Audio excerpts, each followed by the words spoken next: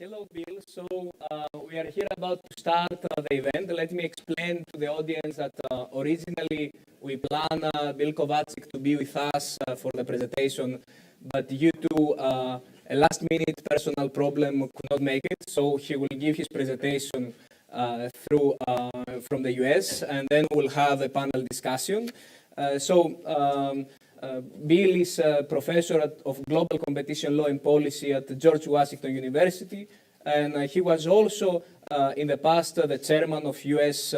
Federal Trade Commission, and we are very happy to have him with us presenting his ideas on emerging trends in competition policy, adopting a U.S. perspective, but also commenting on European perspective, try to bring a global perspective on this issue. And then we have, I have the pleasure to have here with me three experts of the field. In alphabetical order, we have Cristina Caffarra, who her train is late, but she is expected to join soon. She's the Vice President and Head of European Competition Practice at Charles River Associate. We have Antonio Capobianco, who is the Head of Competition, Senior Competition Expert at OECD. And we also be glad to have Kris Dekeyser, the Director of Policy and Strategy at DG European Commission, to provide the European Commission perspectives. So let's begin with Bill's presentation, and then we'll go to the comments by the panel. Georgios, thank you, and Bruegel very much for allowing me to join the panel and to participate from a distance as I learn about orthopedic surgery and medical science in a practical way. But thank you very much for the honor of participating, and my apologies to my three colleagues, Cristina, Antonio, and Kris, for not being there at the table with you. I want to address the topic by talking about the modern debate about trust busting and the broad discussion that's taking place today about whether competition law should engage in a more robust program of dissolving existing levels of concentration. And as Georgios said, I'm going to speak mainly from the point of view of the U.S., but to begin with a little context. If we were to go back 40 years ago, when I first started working for the U.S. Federal Trade Commission, we would see unmistakably that the U.S. system was extraordinarily intervention-minded. Among other things, in the late 70s, the two U.S. agencies were running cases to break up the following sectors: oil, cereal, computers, telecommunications, photocopiers, bread, automobile tires, and others. There has never been, nor to this point has there been since, a more robust collection of abusive dominance cases and collective dominance cases to restructure large parts of American industry. Today, things are much different. The European Union system of control regarding dominant firms is globally preeminent. It unmistakably is the center of gravity for policymaking in this field. And the U.S. system, by contrast, certainly in modern commentary, is portrayed as being desperately inadequate.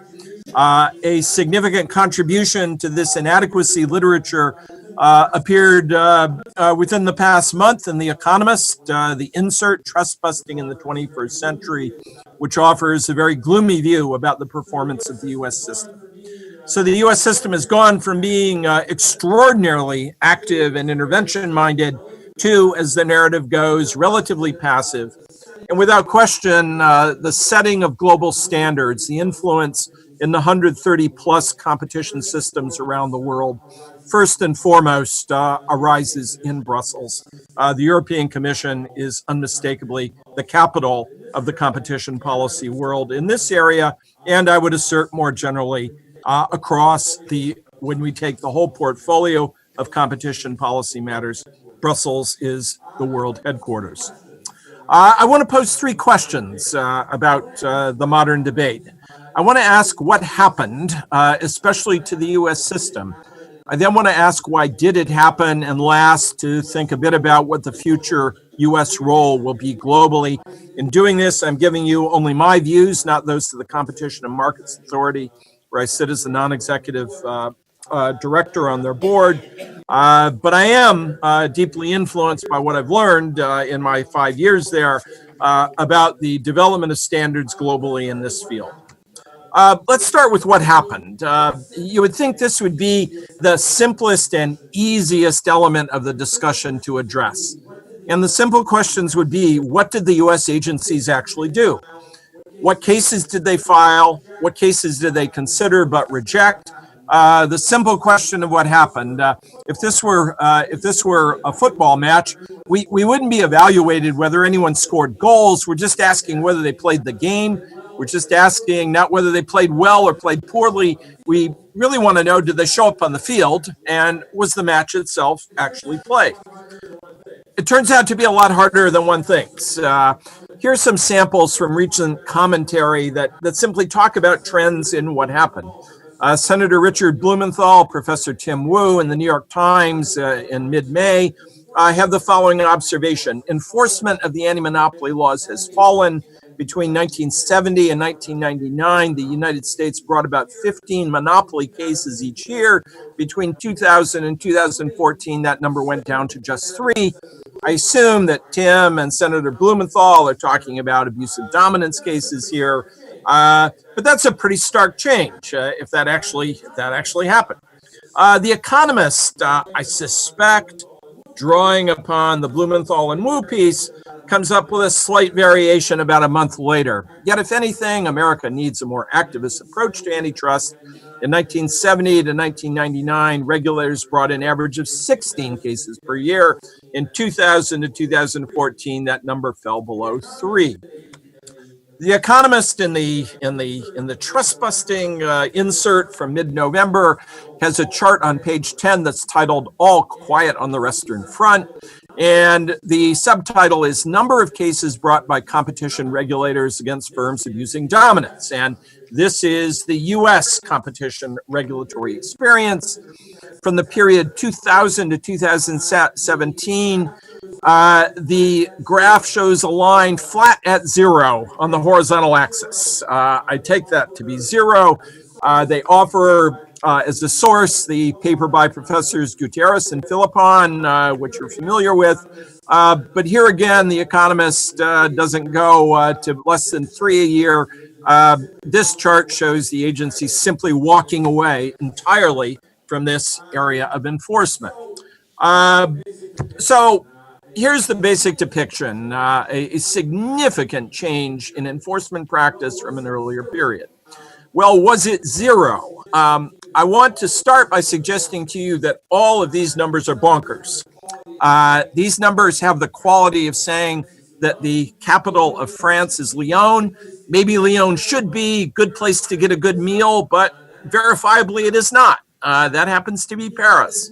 The number 0 in the Economist article. A few cases that the FTC brought in this era that are abusive dominance cases: Bristol Myers Squibb, Unical, Rambus, Intel, AbbVie, and most recently Qualcomm. They just disappear. When I read research like this and I see these kinds of results, first, I find it dismaying. Second, I find it a bit bewildering. What have I missed? But last, if we can't come to a basic agreement about what took place, simply was the match played at all, we're not in a very good position to start a more normative assessment about whether or not what took place was good. To go back to Tim's slide, I like to pick on people I like, and Tim's one of them. Between 70 and 99, the U.S. brought about 15 monopoly cases a year. I know that from 81 to 88, during the Reagan administration, the total Justice Department output of monopolization or attempted monopolization cases was 3. The FTC's number was roughly the same. You can't get to these numbers no matter how you manipulate the data and go about making calculations. That's what The Economist relied on. And again, The Economist chart from mid-November puts the number at 0. So we have an epidemic failure at the moment, simply to have a simple understanding of what actually took place.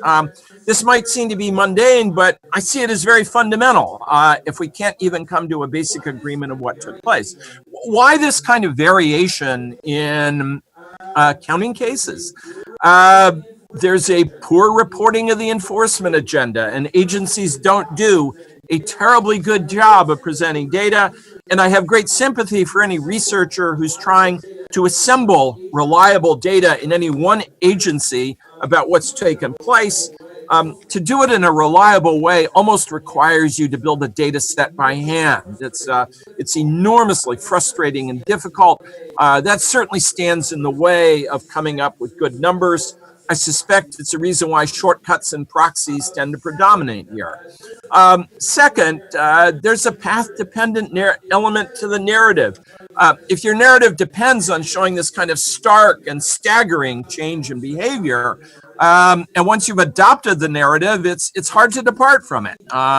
And we see this approach appearing in so many academic papers, in the work of so many journalists.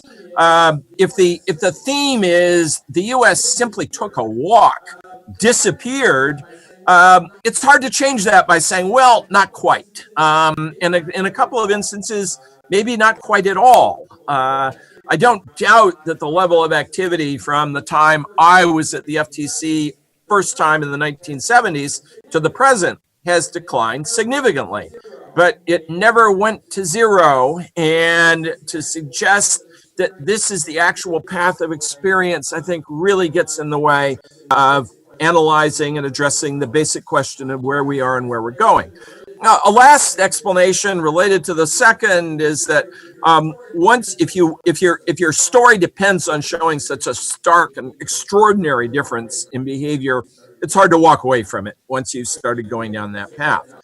I do think, as a footnote for Antonio and his colleagues, this is an area where international bodies could do a lot of good in informing the debate, which is to promote agencies, to coax agencies in the direction of more standardization, better disclosure and reporting activity.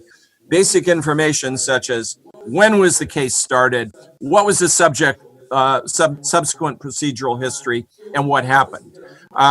It would allow us to get a much more reliable snapshot year by year of what actually taken place. I realize that's a daunting undertaking, even within a single jurisdiction, but I do assert that one of the basic difficulties in having a meaningful conversation on this topic is that the data is so bad, and some of it reported is just so erroneous that it's not reliable. Why did changes happen? There were changes. Let me give you a couple of explanations. First, the ultimate bad guy, Bork, did it. The evil eminence hijacked the system and hasn't given it back on behalf of the Chicago School. The Economist insert in a long essay in mid-November dwells on this theme. This learned helplessness about enforcement reflects the tricky legacy of Robert Bork, an American scholar and judge who wrote The Antitrust Paradox, a deeply influential book published in 1978. That's the root of all evil. The Antitrust Paradox bundled together other thoughts that Bork had developed at an earlier age, but this is the manifesto that ruined the system, and the story goes the U.S. regime has been hostage to it ever since. Second explanation, the agencies are cowardly in their content. They have no guts, and they are placid in the pursuit of non-interventionist programs adopted over the past 40 years. Again, The Economist comes back to this theme in mid-November. When you come into contact with the competition establishment in the rich world, which I take it includes places like Brussels, regulators, academics, lawyers, the cruelest comparison is with financial watchdogs before the 2008-2009 crash. So here, to stop at this point, the competition agencies are every bit as blind as the financial regulators were before the crash. They're content with their existing thought that they're doing a pretty good job, but they're so badly asleep at the switch that they don't see the horrible train wreck that's coming. Most competition authorities are unwilling to be held accountable for the level of competition in the economy. Indeed, they go further and insist that it's impossible to measure.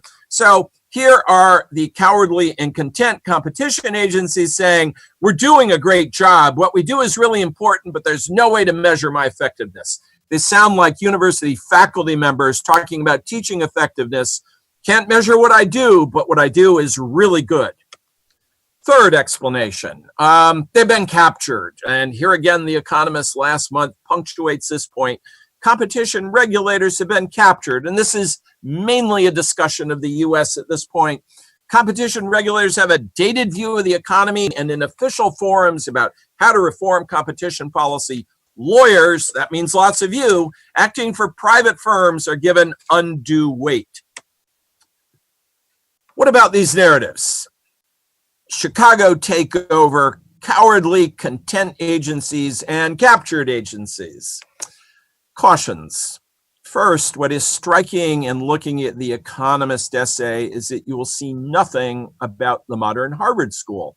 Indeed, in many of the narratives that pose the Chicago takeover, you see nothing whatsoever about this other major strain of thought that shaped the US system. And to not understand the role that Philip Arita, Don Turner, and Steve Breyer played in that process is not to apprehend how the US evolved and why its system in many ways is badly cramped. I don't know how many people in the room that we have today in Brussels could pick Phil Arita out of a lineup, but for decades he was the leading lecturer and writing on competition policy. He and Don Turner, his co-author and their principal disciple, Justice Stephen Breyer, expressed great anxiety about the US system of private rights of action. And their basic thesis was that in close cases involving matters of abuse of dominance, private rights of action US style, class actions, juries, mandatory trebling, one-way fee shifting, joint and several liability, contingent fees, all of these things over-deterred. And their injunction to judges was raise the liability standards to more demanding levels to filter out private suits. This has spilled over into the government's cases, and I offer the FTC's Rambus case as an example. As you know, the FTC prosecuted Rambus unsuccessfully for its alleged misbehavior in a standard-setting process, and the European Commission attained a significant positive settlement in the same case. The FTC found liability, but it lost in the Court of Appeals. The Court of Appeals decision rejecting the FTC case relied crucially on two Supreme Court decisions that were predicated on setting permissive standards as a way of filtering out overreaching by private litigants. The FTC was bound by these decisions. It had no success in saying, we are not the trouble damage litigant. We represent the government of the United States. So this Harvard School concern about administrability, overreaching by the system of private rights, Arita and Turner's strong view that non-economic goals had no role to play in competition law. Arita in particular said, ignore the egalitarian strain of US competition policy history. This school has had as powerful a role in shaping doctrine. And what it means is that if you don't address these concerns about private rights of action, if you only swap out Chicago views with more pro-enforcement notions, if you don't address this basic concern about the institutional foundations of the US system, the system's not likely to change. And to say Chicago, Chicago, Chicago is to miss at least half of what drives the US system. Why is that so popular? I think there is a popularity among some commentators in talking about Bork and Chicago almost obsessively, because there's a certain craziness that seems inherent in the position they've taken. These guys are extremists, and if you want to position your own system as being more neutral or sensible, if you want to position your own view as being more neutral and central, it helps to have an extreme, polar, distant position that you can contrast yourself to. What about cowardice and contentment? Well, one of the themes in the Economist article is that competition agencies, when asked, how do we know it works? How do we know your system is effective? Just run in the other direction. And again, like the hapless academic in the classroom says, I'm a great teacher, but you can't measure how great I am. Take it from me, I'm terrific. Well, so much of the modern effort of competition policy has been focusing on impact evaluation. This critique ignores how for roughly the past 20 years, the question of effectiveness and measurement has appeared more and more prominently on the agenda of what agencies do. It's been on the agenda of the OECD Competition Committee meetings. It's been the subject of a rich and developing literature that academics have developed to test the efficacy of competition policy enforcement. And significantly, the agencies in many instances have been encouraging this. The critique that John Quokka famously has written about merger policy draws heavily on data sets that the FTC decided voluntarily to put in the public domain starting in the previous decade. Thus, agencies, in a sense, have been calling in fire on their own position by saying, let's have a fuller and more robust examination of what we're doing and whether it works. This development doesn't square at all with the image of agencies running away from the basic question, how do we know it works? What about capture? I suspect all of us on a regular basis usefully can look at the mirror and ask, what are my motives? Why do I do what I do? And if I purport to serve a broader public interest, am I actually doing that? That's a healthy question for all of us to ask on a regular basis. Fair point. If you want to, you can tell a capture and public and private interest story, a public choice story about just about all of us. Private sector, what's the caricature? They worship money. Government, public sector, what do they worship? Power for its own sake. Academics and journalists, they crave attention more than most people want food itself. So at one level, you can throw stones at all of our glass-filled houses and ask, what are we engaged in? Maybe it's just our racket to advance all of these private interest notions behind the operation of the system. So to say capture and capture, in a sense, makes an important point, but in another sense, it's meaningless unless we look far more carefully at what individuals have done and at the strength of their ideas. A problem with the capture story is that it doesn't explain at all, when you look through the modern history of U.S. enforcement, extraordinary periods of activism by individuals with the strongest private bar connections.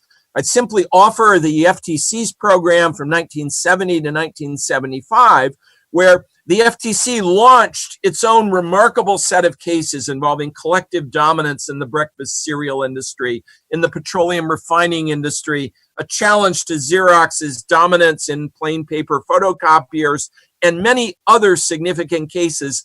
Those were all initiated during the chairmanship of individuals who had come first and foremost out of the private bar and had spent most of their career there. So what were they doing bringing these cases that basically cast aside all of the arguments one would have made on behalf of their former clients and instead stepped on the accelerator and pushed the agencies outward? It's hard to establish when you go period by period that the capture case really explains what's going on. Are these hypotheses to be taken seriously? A Chicago takeover, cowardly content agencies, captured agencies.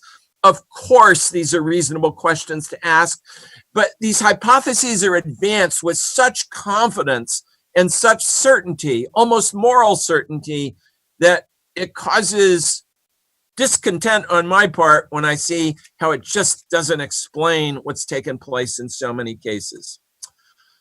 What about the future? Why did change happen? Better agency disclosure would help us understand why things happened the way they did. The Obama administration, certainly the president coming in 2009, promised a great revival of efforts to address dominant firm conduct. The FTC had a fabled investigation of Google and closed the file. The FTC has said very little about why it did that. If you take a look at Tim Wu's recent provocative book, The Curse of Business, Antitrust in the New Gilded Age, Tim has a wonderful tour through modern competition history. He does not talk about his time at the FTC when the FTC was pursuing Google and decided to close the file.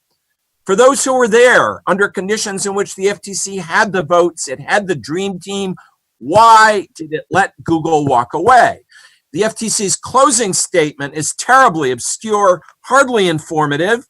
It would help to understand better the causes of the change to have better disclosure. Similarly, when you look at DOJ from 2009 to 2016, you see many individuals who had prominent enforcement roles at the antitrust division in that period, writing new papers that say the system ought to do more.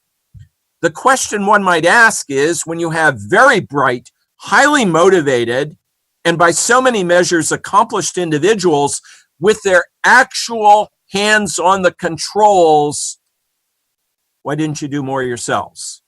What happened? The DOJ output of abusive dominance cases, I think you know, depending on how you count them, is 2 or 3. They are not terribly dramatic. The showcase is an abusive dominance case predicated on exclusive dealing for a hospital in Wichita Falls, Texas. Lovely town, Wichita Falls, but it's not exactly the Microsoft case. It's not exactly the headline capturing cases. Why was it so difficult? What were the institutional features that held you back? Better explanation by the U.S. agencies of what they did and what they did not do would help a lot to understand what actually took place and why change occurred. Closing thoughts on what the U.S. role will be in the future. Part of it depends on pending litigation. The FTC is running a couple of very important, doctrinally significant cases that could move the needle on the U.S. system and bring the U.S. much more directly back into the global debate about standards.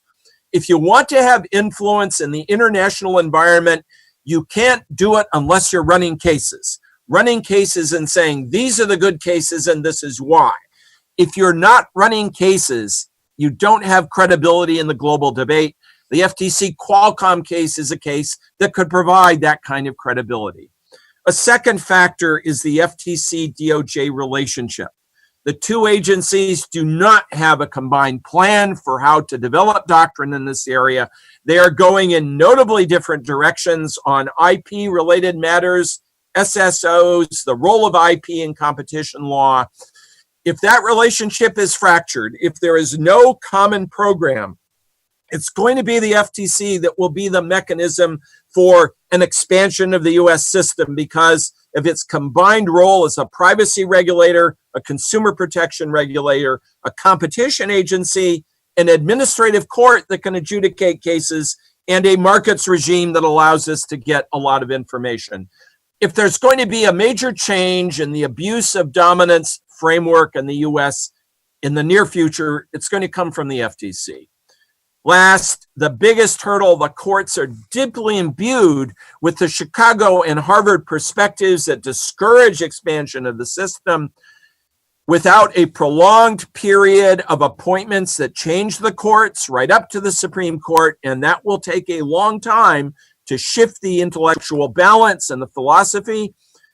The only basic hope for change will be this kind of FTC effort to use its litigation authority to expand the frontier, or it comes back to new legislation that is extremely difficult in the U.S. system to obtain, notwithstanding the debate about whether the U.S. system should push outward. So the foreseeable future, what is likely to be the U.S. role, it's going to come mainly in the direction of FTC litigation efforts with a handful of matters. And does new leadership, including the Joe Simons-led Federal Trade Commission. Joe, by the way, is the one who prosecuted the Rambus case. Joe had a very active and significant abusive dominance program at the FTC when he was head of the Bureau of Competition. Does the FTC choose to port more of these matters into the pipeline? Without a litigation program, the U.S. voice will largely be mute internationally, and it means that the voices of others, notably the European Commission, will be absolutely preeminent. Thank you. Very much.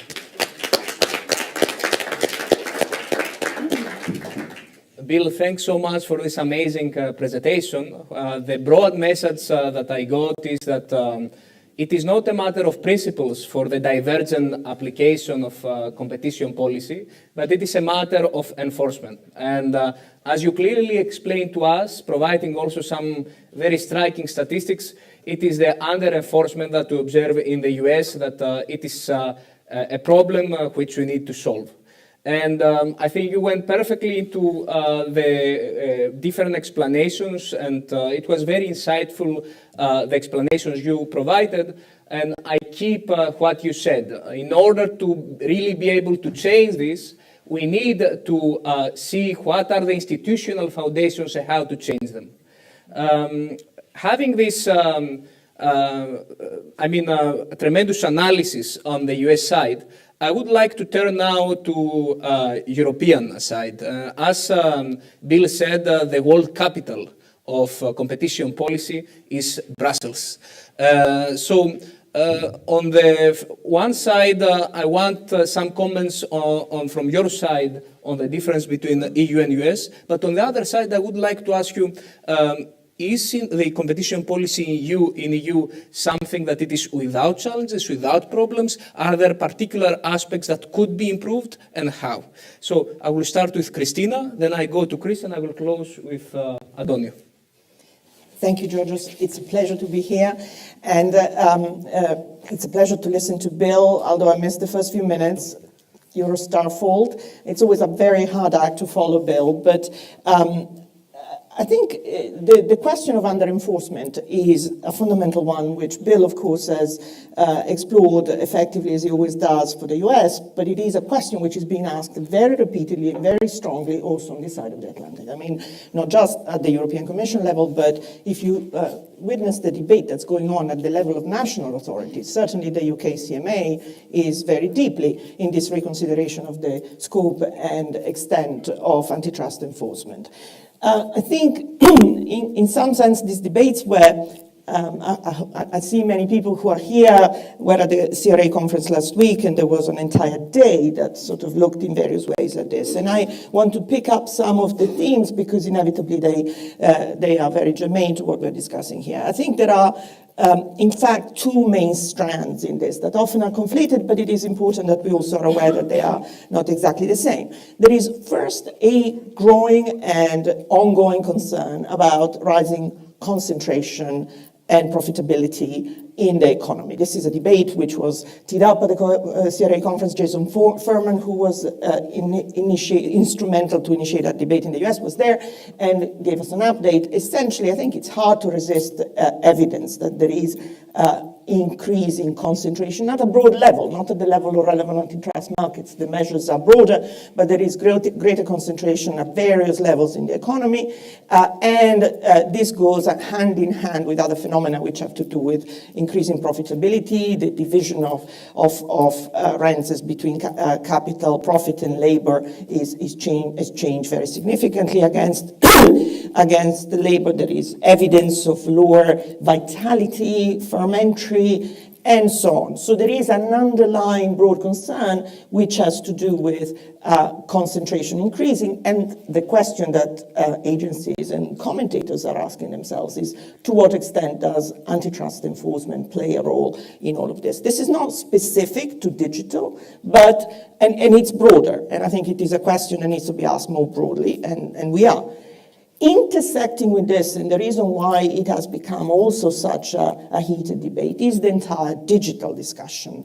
The anxiety in the public at large, at the level of politicians, is high because it is not just we observe this increasing concentration in high-tech sectors. In fact, it is broader than that. When you look at the work Jan de Locke, for example, was presenting at the conference, it is a broad phenomenon. At the same time, we also know that there is the inevitable, the obvious evidence of what's happening to digital markets is playing into this. And there is also very strongly a sense that these markets are problematic in their own right. So let me just say what we are not saying in terms of digital, because there's always a bit of a confusion about the sort of the concern that comes comes around digital. Particularly when you talk to transatlantic friends and colleagues, there is a notion that somehow we in Europe are against digital because we have some form of tech envy. We don't have our own Silicon Valley, so we have to, in some way, be aggressive towards the big American digital companies. There is certainly a sense that we don't have enough own innovation. If you look at for whatever it means, but if you look at the list of unicorns, companies with capitalization above $1 billion, you essentially find Chinese and American companies.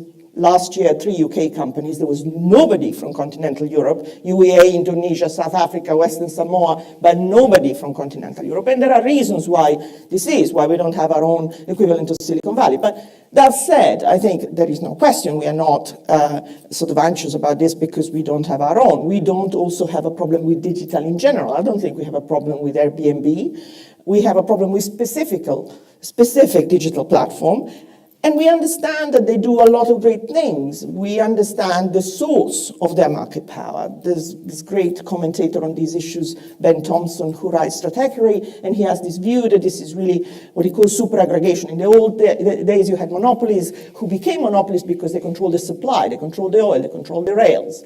These days, you have great market power accumulated on the demand side, because what is being offered is good, people flock to it, and once you control the demand, then the supply needs to be somehow in it. So all of this is something we're aware of. We're aware of network effects and concentration being natural in these cases. That being said, I think we were all kind of sold a vision of the digital world as one in which there would be overtaking, there would be disruptive innovation, leading to monopolies being temporary and then being overtaken by other technologies, multi-homing, all of these factors would actually preempt.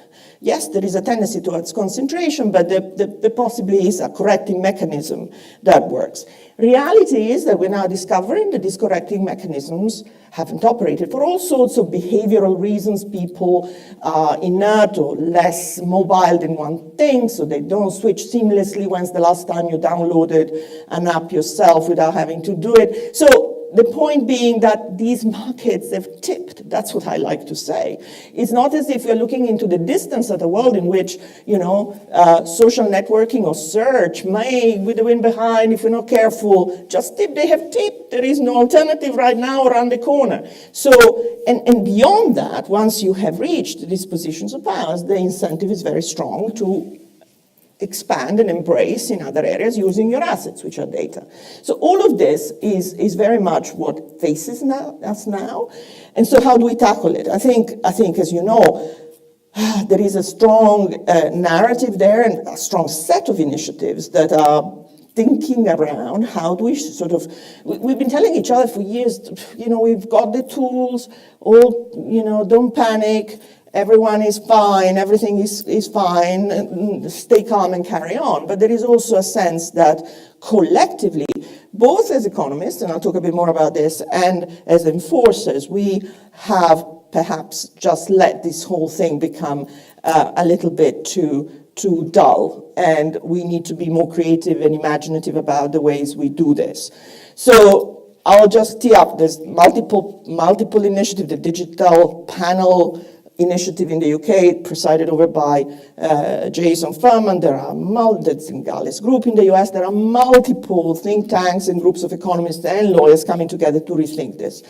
But just to give you a flavor for what is being discussed, I think there is a major conversation about how to rethink, what we do in mergers, for example, around the whole notion that we have essentially presided over a raft of mergers that have been approved without being looked into because of all questions of threshold and so on. But there is a concern that we are not looking into a number of acquisitions that you may colorfully call killer acquisitions. It's a term of art which is being developed in pharma, but has its application here. To what extent are some of the acquisitions that platforms systematically pursue. I mean, the statistics are very clear. Google bought 200 companies in the last 10 years. Only one was actually reviewed, and so did Facebook. There is a narrative that says, but we know that we need to allow them to buy this thing because the innovators are innovating to be bought. Well, that's not quite the complete answer.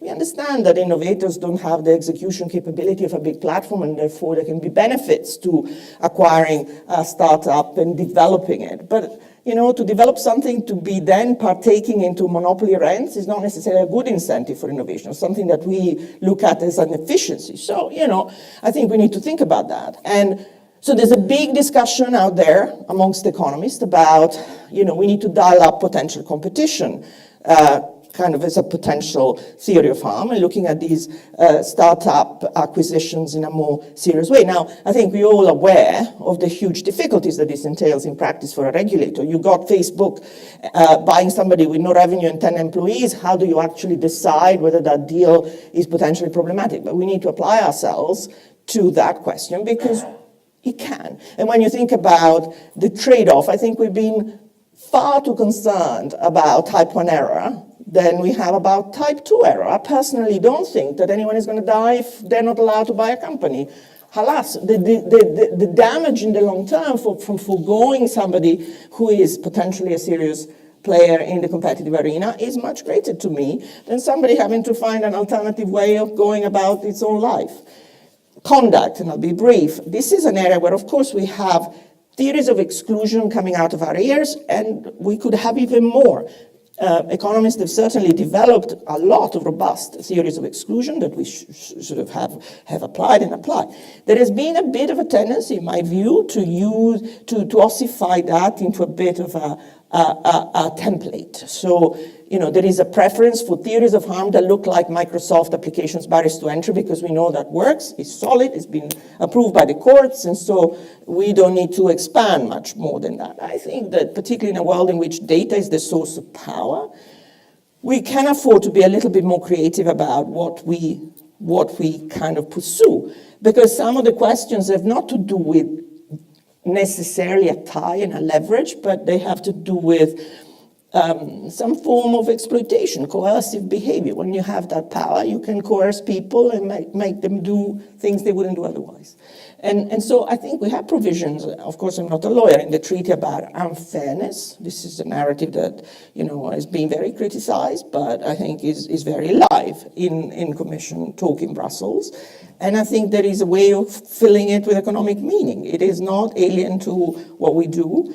And so I would think that the economic profession, certainly in my view, has a responsibility for also, without losing sight of the fact that we want robust economic mechanism at the heart of it, helping to develop ways in which to look at this creatively. And I think we are certainly at an inflection point, and we need to sharpen and improve what we're doing. Thank you very much, Cristina. I think you underlined in a perfect way how you started your talk by mentioning a fact that we don't have a Silicon Valley. We don't have the big corporations in the US and in China. And you said that this is for various reasons. I'm wondering, is the way we apply competition policy in the EU a reason why you don't have big corporations? I don't think so. I mean, my view is that the reasons, there was an article by The Economist on this incidentally, again, 2 or 3 months ago, why don't we have a Silicon Valley?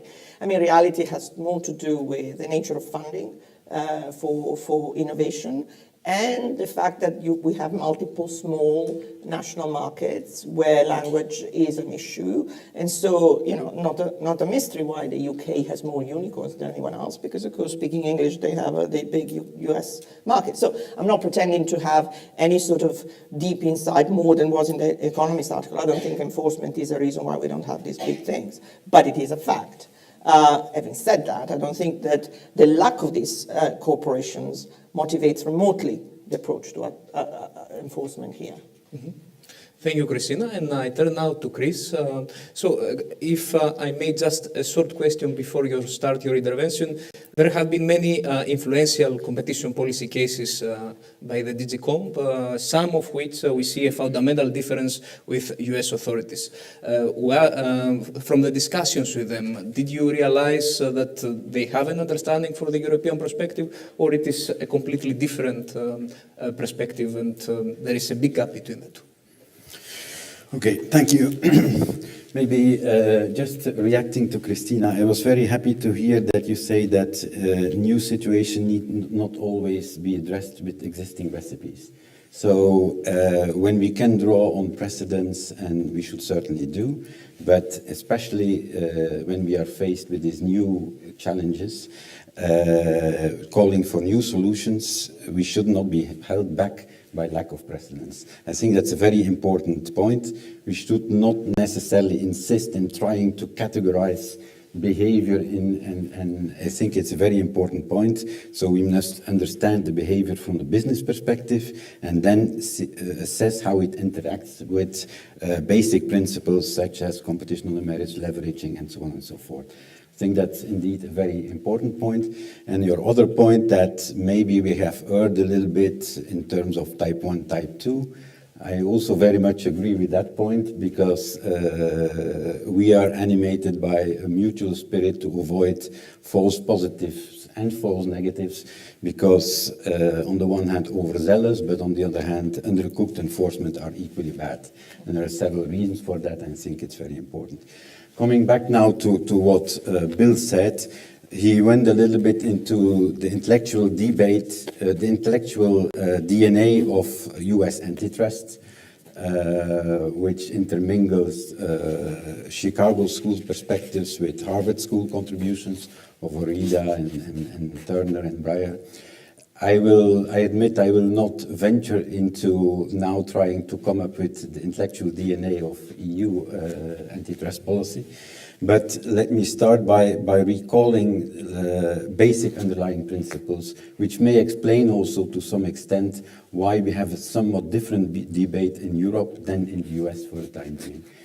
First of all, of course, we are part of the EU single market project, which already can explain to some extent quite some differences with the US enforcement.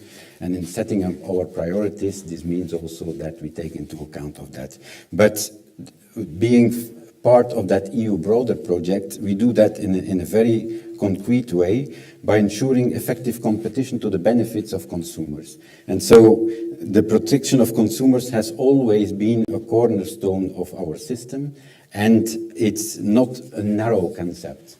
And there I think there is a difference because today you have quite a debate in the US about the consumer welfare standard, but which boils down probably to the definition of what is consumer welfare. While in Europe, so it's embedded in the treaty, we have constant case law of the courts. Consumer harm has been identified by the courts, not only about negative impact on prices and output, but also on quality, choice, and innovation. And so, of course, importantly, it remains also an economic concept, which does not encompass other policy objectives, social justice, full employment. But clearly, it has in Europe never been identified with total welfare, and probably therefore that it's less exposed to criticism. Does that not mean that we never had debates? In applying the principles in the 90s, there was the criticism of the formalism, which then led to a much more effects-based approach. Still today, what, let's say, practices should be assessed on a full-fledged effects assessment, or what practices could or should benefit from presumptions or safe harbors is still very much debated. Also, the courts can usefully come in. But at least these two things already explain to some extent the differences between EU and US. Now, of course, there are other historical, cultural, institutional setup is different. Excessive pricing, as it was clear in some weeks ago at the OECD, clearly is doomed to remain a difference and a divergence between the EU and the US, because for us it's in the treaty itself. So differences in the procedure setup may have an importance because, of course, in the US you have much more private actions, while for Europe public enforcement remains basically the norm. But what I would like to say is probably that all these differences should not necessarily be overplayed. So at the end of the day, because in the flyer I saw you say what is the best system, I don't think we should go into these logics, what is the best system, or I think at the end of the day, there is no single superior competition law system that everybody should strive to achieve. I think it's important, especially in these times, that we try to learn from each other, from the experiences. And there, Cristina also mentioned what we see, then in particular as regards digital, it's crucially important today that together we try to better understand what is going on and to try to find solutions, how best to tackle these digital challenges, because indeed the challenges are big. We are, what we face today is markets prone to network effects, unprecedented economies of scale, leveraging, high switching costs, strong lock-in effects, and all this may lead to entrenched dominant positions and tipping of the markets, where also new business models, where price is less important. The same companies act as a supplier and as a retailer, so as a gatekeeper sometimes. We have to think of the other side in two-sided markets, which data can be valued, but can also be a problem for access. But what is essential, I think, here is that, and this, I think we have, to some extent, with the tools we have at our disposal, we have been able to catch these phenomena. If you think about data, we have had data cases where we looked into the issues which came up with, possibly adapted the theories of harm, also in the Google cases. So to some extent, we are able to catch these novel features, the complex issues. So I would advance that the primary challenge probably in this era is to capture the relevant facts, but in a precise and timely manner so as to allow to intervene also timely. That is one of the challenges. But of course, there are huge challenges. We need to constantly be on our toes, reflect on new theories, new remedies, and so on. Ensure that the tools and the procedures allow us to conclude these investigations timely. Also to look at these issues holistically, because competition law, and that is something you see very much, everybody is looking at competition authorities, but competition enforcement is not the answer to all the questions. Regulation has also to come in and complement, and a lot can be done by regulation as well. So this is a common challenge we have, the US have, and it's good to see that on both sides of the Atlantic you have a reflection process which has been started. So if you look in the US, you have the FTC hearings, and to a large extent, the issues which are discussed there are issues we are also looking into.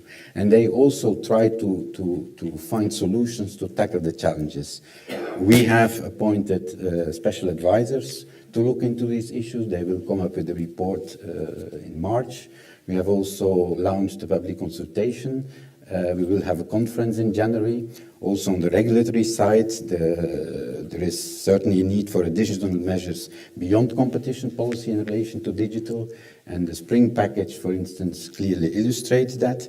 So in the US, as I said already, we had the FTC hearings, but I also see, for instance, that there is an increased curiosity from US policymakers. How EU is policing dominant firms, and you have a hearing, a Senate hearing on the 19th of December, for instance, looking into this, so making a comparison between how the EU and US are looking at behavior of dominant companies. And according to me, this illustrates a genuine interest also in competition law enforcement in the digital area. So a sign that there is an agreement that antitrust, let's say, should be used to its fullest extent and possibilities. So a last point maybe, I think it's important these days that we should also, as enforcers, not allow anyone to play competition authorities off against each other. We are facing increasingly sophisticated companies, intelligent companies. We are entering uncharted territory, and there may be certain interests that play, and some may see a benefit in politicizing alleged enforcement divergences. I think we need to resist such temptations because that doesn't help anybody. Final point maybe on The Economist. A lot of, because Bill mentioned the article in The Economist, I'm very happy to say that as far as Europe concerned, at least, a lot of the points which are raised there, we are looking into. So they stress the importance to deal with digital issues, to take digital cases, which we have done with Google, with Amazon, with Microsoft, LinkedIn, for instance. They look at, they say that you have to come up with solutions or at least a framework for analyzing data, which we also have done. We have had several data cases, and also data and algorithms is one of the topics on the agenda of the conference, for instance, and also an issue our special advisors are looking into it. The increasing concentration levels, Tommaso is looking into it. Of course, the data are somewhat incomplete so far. We are only going back to the period of the financial crisis, and since then there is no, let's say, clear trend of increasing concentration, but we are, Tommaso is completing the research into that area, so very important also, but probably there we can go into detail later on. Okay, thank you very much, Kris. One question before we move to Antonio. We have seen that the approach of the European Commission was a little bit excessive in the sense that we go to touch issues related to privacy, to taxation. So that brings us to a sphere, as you said, of new challenges. And the question is why competition authorities to deal with those questions and not leave them to consumer protections, tax authorities, privacy bodies. Do we have a good coordination between the different authorities on topics of common interest? Yeah, so clearly, so when speaking about privacy, for instance, when it is a pure privacy issue, certainly we as competition enforcers will not come in. The European Commission will not come in, but of course it can be a parameter of competition. And to the extent that it is a parameter of competition, we will also look into that and maybe also involve it, include it in our assessment. And to that extent, we may also look at privacy, because it can be a parameter of competition. But when it is a pure privacy issue, this we leave to the data protection regulators. On tax, I think there is also clearly a dividing line. We only take care of selective tax advantages which can fall under the state aid rules. But of course, when it relates to pure tax policy issues, that is not for competition authorities to deal with that. But that is again a very specific issue which is very much a European one, because we are probably one of the few authorities having a state aid regime. And by the way, this is also something which we should carefully think about, because if you think about a level playing field globally, probably we need also in that area stronger convergence. And for instance, one could think that a more so the subsidy policy should, we are trying to put it higher on the agenda, G7, G20, OECD, because it is important. And one thing we are pushing for is indeed to have it, to have some kind of reform also, or at least that in WTO, subsidies policies are sharpened and there is more transparency. Thank you, Kris. And with this, we go to the OECD side, which is a more global perspective, and we are looking forward to hear your views on it. Well, thank you, Georgios, and good afternoon, everyone. I thought what I could do is really not get into this debate or divide between differences between US and EU, but as you said, take a little bit more of a bigger picture perspective and focus mostly on the challenges that the digital economy has brought to the competition world. This is simply because the committee has been quite active in looking at a number of these questions over the last couple of years. And of course, the debate is to some extent biased. I mean, the committee is a group of enforcers, so I think the debate, the discussion have been not so conceptual. I mean, Kris mentioned the ongoing debate about consumer welfare, total welfare. This is something that has really emerged, sort of not predominantly in the discussion of the committee, but the discussion has been very much practical in its nature. So what are the challenges that digitalization has brought, mostly to competition enforcement? This is something that of the issues that Cristina mentioned before. Now, there has been some debate on whether the legal standards that we have developed over decades are fit for purpose when it comes to preserving, protecting competition in digital markets.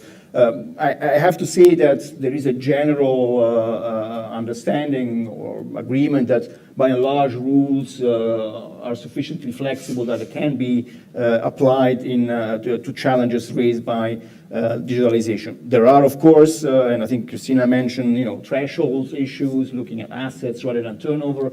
But by and large, the framework, the competition framework, I mean, most sort of agencies agree that it's fit for purpose. We have looked, of course, to algorithms, and there is this very sort of, at the moment, maybe sort of philosophical discussion of whether tacit collusion. I mean, if algorithm starts engaging in tacit collusion on a wide scale, whether we have there is a gap or there is a risk that enforcement cannot address those issues, and there are questions there, but nobody has really gone far to propose or suggest changes in normative changes to address what it seems to be for the moment more of a theoretical risk. More recently, we have also looked at other issues. We just finished about 2 weeks ago a committee meeting where we looked at personalized pricing. So there's this discussion whether discrimination and the rules about discrimination should be adjusted to the fact that now pricing algorithms can really target individually each one of us with a different price, and there a little bit the discussion moved to is it fair rather than is it efficient. So this fairness and other sort of purpose objectives of competition policy. But again, not a lot of appetite to change legal standards. The bulk of the discussion has focused on the enforcement tools. So how do we apply the rules that we have to face challenges that digitalization has applied. And platform is clearly a feature of digital markets. This has been mentioned, and we had a session, and Cristina was there, on multi-sided markets. This platform on several sides, so the user side, the advertisers, content providers, or app developers. So how do you address, how do you enforce competition rules, which have been sort of developed in more traditional markets in this context, and how do you account for the different sides of the platform? So there are challenges linked to market definition, how you measure market power, efficiencies, vertical issues. So again, very practical discussion. Do we need to change or to adjust rather the tools that we've developed to take into account of these new phenomena? The other, I think, was also mentioned before, the other challenge is this move away from price, from objectively measurable, observable variable of competition. So the zero price economy has raised questions for enforcers, and then competition has moved beyond price to other variables, quality, variety, privacy. And how do competition authorities, first of all, can they assess competition and impact of competition when these other variables have an important role to play? And most of all, how do you measure them? I mean, I suppose everything is measurable. I mean, economists can help with that. But the more you move away from objectively measurable criteria like a price, of course, you increase to some extent discretion from agencies, and that's where I think the business community also in the OECD has raised the question of predictability, legal certainty, when again, those economic-based measurable variable of competition are not at the core of the analysis of competition authorities. I want to pick up on something that I think Kris said. I think one of the interesting outcome of this discussion on digitalization and competition at the OECD is that has brought some a bit of a humbleness in the approach of competition authorities. That's exactly what Kris said. Competition enforcement, competition law may not be the only tools available to address some of the challenges that objectively are present. And that's where we are, being a sort of a government organization, a multidisciplinary organization. We try to bring together different disciplines, and we just had a joint meeting between the Competition Committee and the Consumer Policy Committee, because a lot of these questions may be addressed through consumer protection tools, maybe more flexible than the competition rules are. But there are others, other regulators that can offer solution, privacy, data protection regulators beyond consumer protection. So again, the needs of a more global and more rounded approach to the challenges, where competition authorities are just one of the actors and one of the players in this overall discussion. One thought on well, we have, maybe just to pick up on some of the things that both Kris and Cristina said, there is an ongoing debate about concentration and concentration measures at UCD as well. Some of the analysis and the studies that have been mentioned in the US and the work that is ongoing here in Brussels has been brought into the UCD. UCD itself is doing some research in this area, both on concentration, but also on profit margins, so the increase of markups going hand in hand with an increase of concentration. And this debate which we had in the committee about what do those measure means for an industry or an economy level, and what they mean on a relevant market, so for an antitrust perspective. So because some of the implications that of these general studies, there's been a failure of competition policy. Maybe we will let too many mergers go through unchecked, and so that's why we have now they are very concentrated markets. So there is an ongoing debate, and what that means, this measure and this objective sort of facts means for competition, for policy makers in general, including for competition policy makers. Finally, maybe going back to this, just one thought on the US sort of EU differences and divide, and why there is so much more sort of appetite in enforcing competition rules in the digital environment and digital markets here in Europe than in the US. And I thought that maybe it goes back to the sort of the Chicago school, the Chicago approach, that there is in the US much more trust that the market will self-discipline themselves, will correct themselves. So Europe has a more sort of a long-standing history of intervention of governments in markets. So that may be one reason for more appetite, both on the enforcement side, but also on discussing possible regulatory measures to discipline platforms or internet, and so on. So that might be one element of the discussion. And I think I'll leave it at that. I don't know if we can also have Bill back, or if he's here for the question session. Could you inform me, please, from the control? So before that, let me ask you a question before I go to the questions of the panel. What I have seen, promoting by European industries and firms is the opinion that we need to do something. Hi, Bill, can you hear us? Yes, thank you. Yeah, I have a general question, and then we will have, first of all, do you have any comments on what you heard by the panelists here? Maybe as we go to the discussion, I guess one thought that I think runs across Cristina's, Kris's, and Antonio's comments is that there's a developing area of interest in the role that historical analysis can play in shaping industry and in shaping agency knowledge and capacity. One thing that's striking to me is that a number of the phenomena we're talking about have important antecedents, rapid rate of change, major disruptions in analysis. And I guess a general thought is that I think there are a number of instances in which agencies that are able to reflect thoughtfully upon past experience can learn a lot about how to adapt to the current changes. So I think embedded in a lot of agency experience is considerable possible insight about these issues, but I'm not sure every agency minds that what might be called big antitrust data to do the best job of adapting.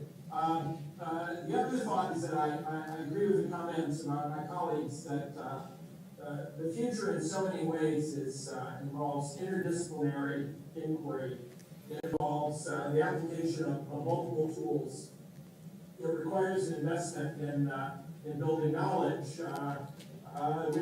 which again is why I find the FTC experience so fascinating, because although there's not quite the same tempo of specific competition cases, in its consumer protection and data protection role, the FTC has amassed quite a bit of experience studying the digital phenomena. And I guess a challenge for the FTC is how do you ensure that knowledge developed and built in the silo of your consumer protection or your data protection role informs the formulation of policy across the entire agency. So bringing all of that expertise together in an agency that has all of those tools, or many of them, is a way in which I think the FTC can make a major contribution in the future. I think the proceedings that Kris referred to are starting to point out some of those connections. Thank you, Bill. Cristina. I just wanted to jump in. Bill, I, as always, agree with much of what you say. I think that particularly the FTC hearings, which I had the privilege to attend, are turning out to be very inspirational in the sense that the topics and the selection of speakers been tremendous, and I think a lot of insights are coming out of that. That said, I think I also agree with your invitation to agencies to mine the wisdom of experience and the data they have. That is very true when it comes to sort of the standard economy generally, right? And I think we all agree that much more can and should be done in terms of retrospectives. We know that there are resistances to doing it because, of course, firms don't want to sponsor these kind of retrospectives, and agencies themselves. I mean, I've heard Tommaso say it, and I've seen it. My own experience has been, of course, that there is a bit of a reluctance to put out there a study that says the merge that you actually presided on actually was not terribly competitive, notwithstanding remedies. So I think that there is certainly much to be done in the sort of broad economy to learn from that experience. My own personal anecdotal experience in mergers, having probably done more than 200 in my life, is that they have very little to say. That's good, because I have done several, and I cannot really very consciously point to very many benefits that attach to many of them.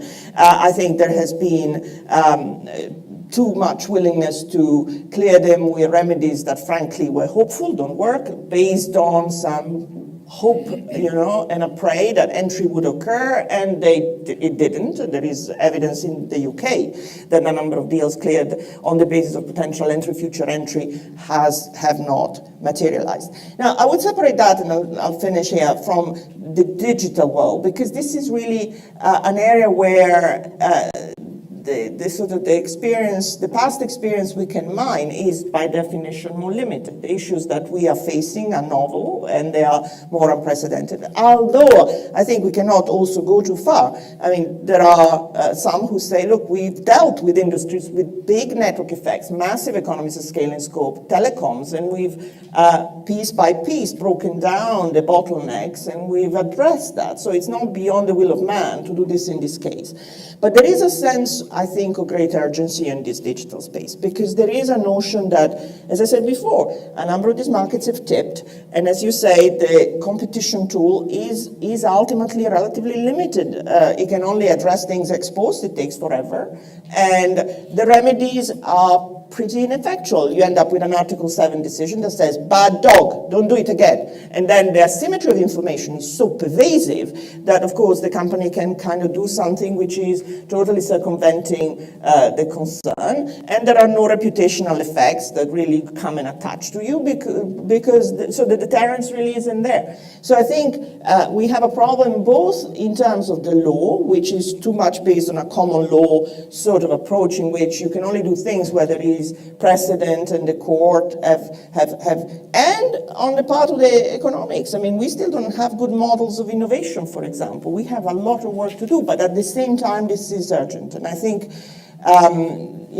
this is something where, again, I think interim measures and a conscious decision that certain things cannot wait would be a way to go, as well as using other example instruments that are probably better suited. Thank you, Cristina. With this, let's open, because we need also to hear your voice, questions. Please identify yourself and use the microphone. Yeah, there is a question there, and then there. Let's collect some questions and we respond collectively. Please, go ahead. Can you hear me? Oh, great. Yes. Okay. Michael Acton, MLEX. Both my questions for Kris. Just on you mentioned all the work that's coming through next year. You have the January conference and you have the special advisors producing this report on issues like data and algorithms. But there's also something else in the pipeline, which is the working paper on reviewing how the Commission reviews mergers, particularly in relation to transaction value thresholds. I know there's a lot of debate around this at the moment. So I'd just be interested to hear, can we expect that roughly the same time next year? Is there any sort of timeline on that? Because it was announced some months ago, or it came out at a conference and it's sort of gone quiet. So an update on that would be good. And then on this point you made about the problem of playing competition authorities off against each other. One of the more public sort of spats recently has been this issue over the DOJ initiative, the multilateral framework, the MFP. And there's been it's gone sort of quiet since the OECD met last month. And Roger Alford at the time from the DOJ was saying that he was hopeful that there could be progress on that issue. I mean, this is something that obviously doesn't look fantastic if there's this apparent major division on an essential issue of procedure, and I think that the major disagreements over how the institutional framework would work. So again, I'd be interested to know whether there's been any sort of progress in that area as well. Thank you. We move there to a question to Alec. Alec Burnside at Dekeyser. Bill, good to see you on the screen. The first question to you.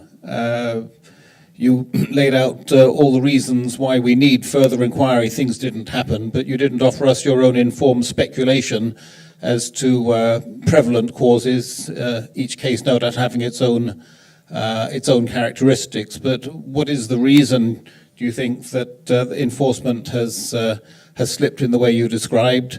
Europe, Kris, is lauded by Bill as the great leader, and yet is pilloried equally within Europe for going so slowly on cases that it ought to be doing more.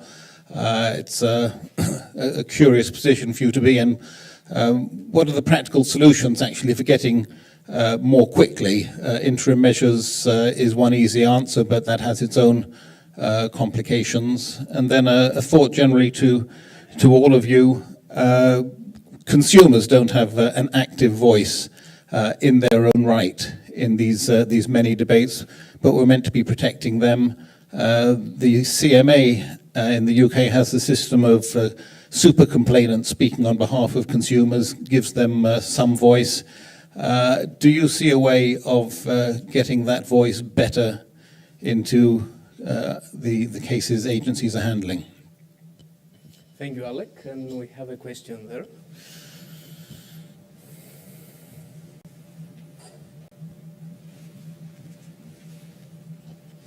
Hi, my name is Brett Haig from BVA. I have a question concerning the digital topics we've approached here several times, and in particular, the relationship between competition policy and regulation, or competition law and regulation, potential regulation. Because we've seen that the current competition approach sometimes is not enough. You have mentioned, for example, Kris, you have mentioned the platforms. Platforms that can be vertically integrated and therefore prevent competition on the retail side. You mentioned that. Could there be some value for regulation on for a platform neutrality or something like that. And the second point concerning the value of data that you mentioned, Cristina, that sometimes is locked in those large platforms. What solutions are there to lock up this data, to give to make it valuable for the consumers instead of leaving the entire value to those large platforms? Would some form of data sharing regulation make sense for you in this sense?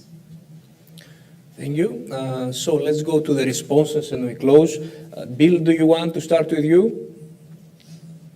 On Alex's excellent question, my main explanation for the more limited U.S. role is the concern about doctrinal barriers. I don't have a confident explanation for why the FTC backed away from its Google matter, but in asking acquaintances who are willing to talk a bit about it, my main sense is that they felt that the gauntlet of the appellate process, ultimately leading up to the Supreme Court, would be unfavorable for them. That bringing the case was to engage in an endeavor that was more likely than not to fail. And I think that doctrinal hurdle is probably the main concern, and that's my general judgment about what most inhibits the extension of the U.S. system, certainly in the case of the Federal Trade Commission. But I'd add a footnote to that, and that is, perhaps those of us who are so conditioned in watching that development unfold over time, being aware of how the courts have limited the center of the target, how the center of the target has narrowed and narrowed to a smaller and smaller dot. Maybe we're too cautious. Maybe we're too risk averse. And maybe that's an area in which you need literally a new generation of policymaker that is willing to climb that hill, even though others going up have seen the remains of people who didn't make it first on the mountain. So you need, it could be that you need, that some of us, and I include myself in that group, are too conditioned by what has not worked to be quite bold enough in pursuing other matters in life. So primary cause I attribute to the constriction of U.S. doctrine. Secondary cause, I can see that those of my age and a bit younger might be so daunted by the difficulty of the path ahead that we don't try enough. Thank you, Bill. Further comments, reactions? Kris? On the merger control, so indeed we have done this evaluation. We have had a public consultation also. Overall, the result of that, the overall picture we see is that the merger regime works well, let's say. So there does not seem to be a need for fundamental overhaul. There are two issues where there may be room for further work. The question is a little bit whether they are of such a nature that they would merit reform of the merger regulation. One of them is simplification, the other one is thresholds. On the thresholds, on the one hand, you have people who, the majority, I would say, came with that there is no enforcement gap, and that in any event, the Commission will get these transactions through the referral system. On the other hand, it is true that referral can only work to the extent that these transactions are notifiable at national level. So, therefore, we follow with a lot of interest what happens now in Germany and Austria, for instance, where these new thresholds have been introduced. We are also completing further internal research on the topic, And so this should help us to come to a conclusion, but I cannot pinpoint to a date yet. So, but the jury on that one is still out. On the issue on the MFP, so indeed, you know, our position, we do consider, so first of all, let me underline here that there is no divergence on the substance. We fully share the objective to have due process, so high standards of due process at a global scale. So that is not the issue, but we do consider that we should embed this in the ICN, which is an existing fora, rather than to create a new forum. So this is the discussion which is going on, and again, I cannot really tell you when this will be solved or when there will be a final view. On the issue of practical solutions to go more quickly, interim measures may be a solution, but on the other hand, one should be careful because, of course, this is quite intrusive also. And so, especially with this new phenomena, it's not always that clear whether indeed first of all, the threshold in terms of case law for us at the court is extremely high. So to meet that threshold is already not obvious. And secondly, of course, it's a quite intrusive measure. And so, especially with regard to the new phenomena, it's not that obvious. On the other hand, where I think we can do better is probably a better use of presumptions. Of course, presumption is a question of burden shifting. So when there is factual evidence which may be of such a kind that it requires an explanation of the company, we should be probably more quickly turn the burden to the company, and then it can shift back to the authority. But at least it introduces more discipline on both sides to come up much more quickly with arguments and evidence, and so that can help to let's say, make the procedures faster. It's not a shortcut, it's not ignoring evidence, but it's basing ourselves on general knowledge and experience. On the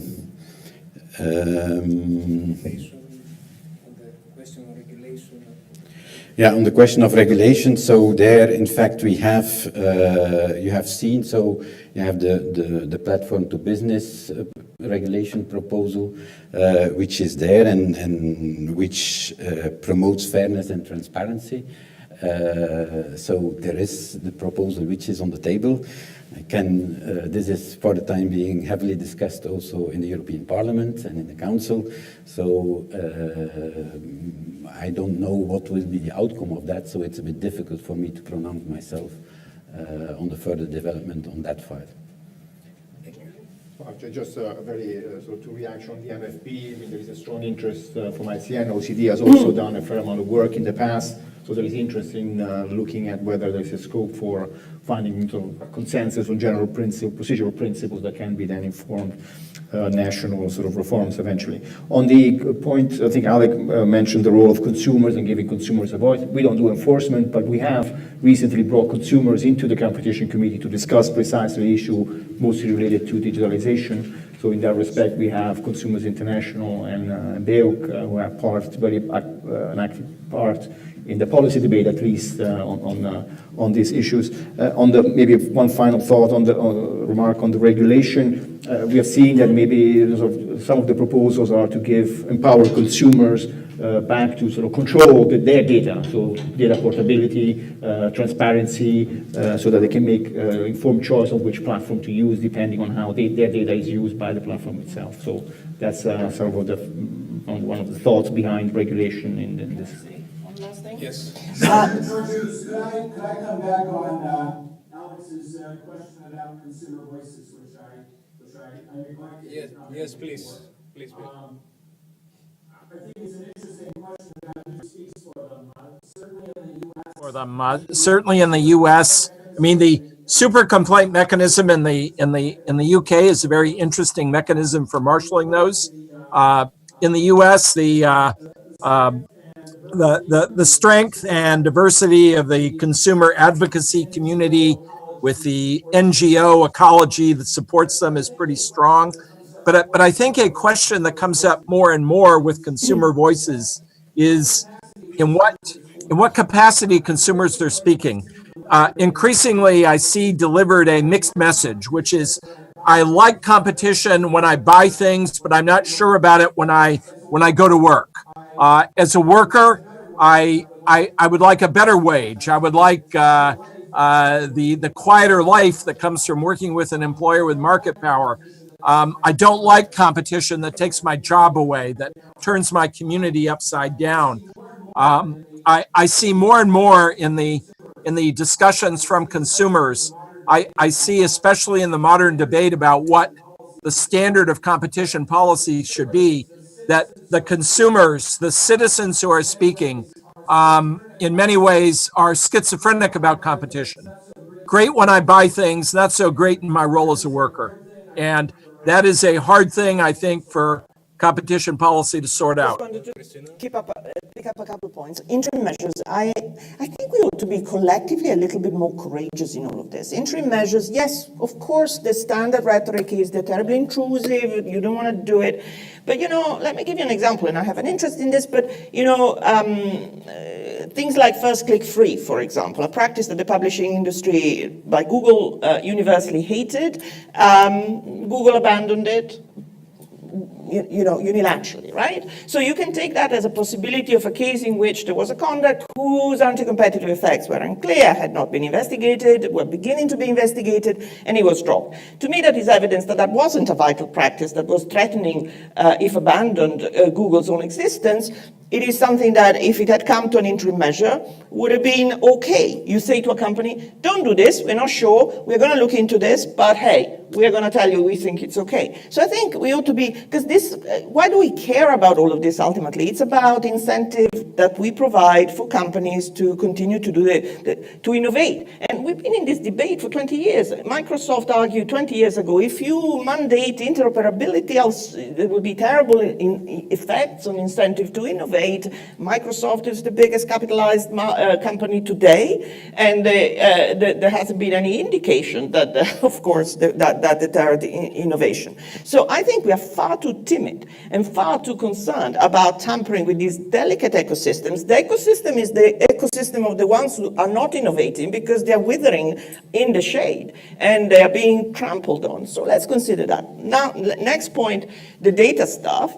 I think the debate has moved enormously from an initial discussion in which, some parties like Microsoft were saying, you got too much data, Google want it for myself. And Google was saying, it's like the wind, it's like the sand, it's like the sunshine, go get yourself, which never kind of went anywhere as a discussion. Now there is a much greater awareness that you have barters in this kind of sort of trades. You are talking about a price of zero, but you're giving something up, and there is a barter. And we need to think creatively about solutions. There are private sector solutions that are sort of being suggested. They're creative, they're probably a bit mad, but the kind of things that are out there, data unions, intermediary of personal data, people who can go and negotiate the value of our data with platform and extract some money. That is an idea that would suggest that we can make more informed choices if we get money back as a result of our data handing over. So I think we ought to take Bill's last point. Get up that hill and forget the fact that there have been some sort of casualties. Get up that hill and do something a bit creative. That's my view. Don't misunderstand me. I didn't say we are very much looking into the possibility of interim measures. So we are certainly not shy. I think also when we are, for instance, we have been heavily criticized when we came up with our innovation theory in Dow Dupont. I think this shows that we are not shy. Antonio mentioned, yes, sometimes it's difficult because you cannot measure. So we have used proxies there, like R&D budgets, patenting activity, internal documents, and so on. So we are certainly not shy, but I think that would go too far. Also, when it comes to interim measures, when we are ready to look carefully into it, I'm just saying it's not always that easy. And there so are that's cases and cases. with this, I would like to thank all the speakers for being here. And Bill, thanks for waking up so early to be with us. And please, I invite the audience to thank the speakers for being here. And that's the end. Thanks so much. Take care.